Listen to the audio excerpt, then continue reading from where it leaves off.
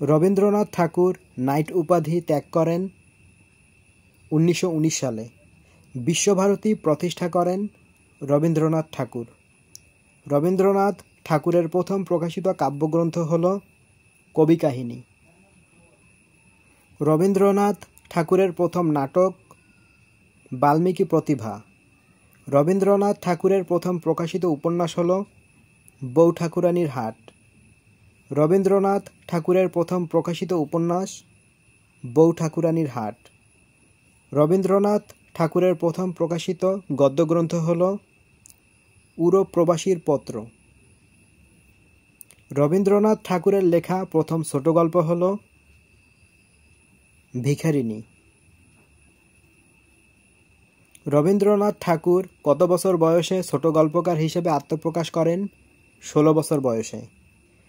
নৌকাডুবি রবীন্দ্রনাথ ঠাকুরের একটি উপন্যাস। ঘরে বাইরে উপন্যাসটি কার লেখা?